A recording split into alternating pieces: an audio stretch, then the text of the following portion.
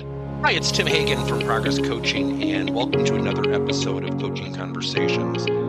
And I wanted to make you aware of something very cool that we're doing on a subscription basis, and we'll put a link in each one of our episodes.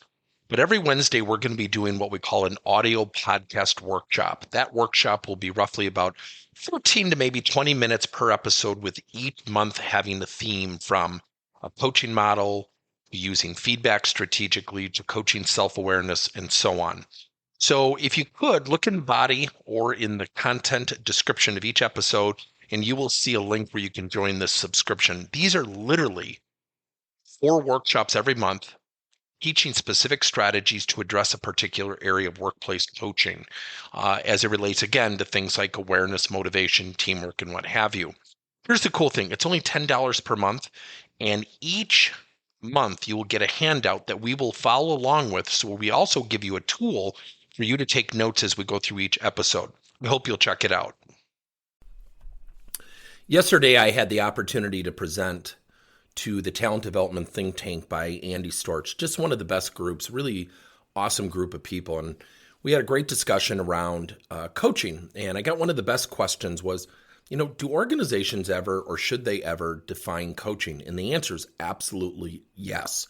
We teach something called Define and Coach. Now, it can be applied to the word coaching. It can be applied to conflict, team development, attitude, motivation. It can be applied to corporate values and principles. Let me walk you through it.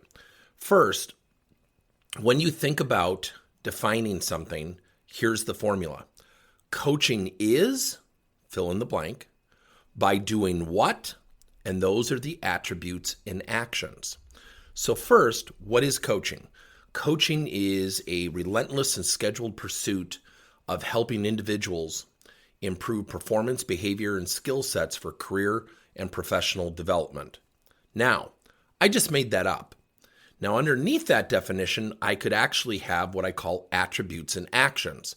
What are the attributes? What are the actions that somebody needs to exhibit to support that definition? It could be scheduled. It could be active listening. It could be a master of questions. So once you define it, and again, the formula is XYZ is by doing what?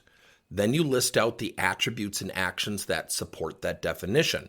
What this does is it builds congruency. It builds commonality. It builds a language that everybody can understand. But more importantly, it builds a organizational expectation.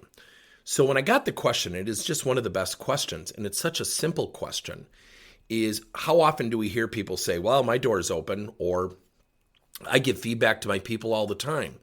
People have their own interpretations of what coaching is, what leadership is, what team development is, what positive attitude is. Don't leave it to each individual to decide that, because what you're going to have are pockets of inconsistency. So when you deploy Define and Coach, you can apply it to anything. Define it first. XYZ is by doing what? Then you list the attributes and actions underneath. Sometimes you can have a full page. We're currently working with a company on developing leadership trust. We're up to 3 pages. Now, we won't let it be that long, yet they're really expanding their definition. Now, what that does is once we narrow it down, we have commonality, we have language we can all share, and we also have mutually defined expectations. So when you're deploying anything, training, learning, coaching, define it, list the attributes and actions, teach it, and then practice it. Thank you for listening to another episode of Coaching Conversations by Tim Hagan and Progress Coaching. Now, our company is always coming out with new and innovative solutions to help leaders coach their employees. And recently, we just created a new service called Coach to You, where leaders can pick and choose topics and assign 7 to 21-day programs for employees to learn, and more importantly, apply actions and then reflect and share what they're going to do going forward as a result of the learning. It's called Coach to You. We're literally bringing coaching to your employees. If you're intrigued, we'll have a link in each one of our episodes where you can get more information. And again, thank you so much for listening to another episode.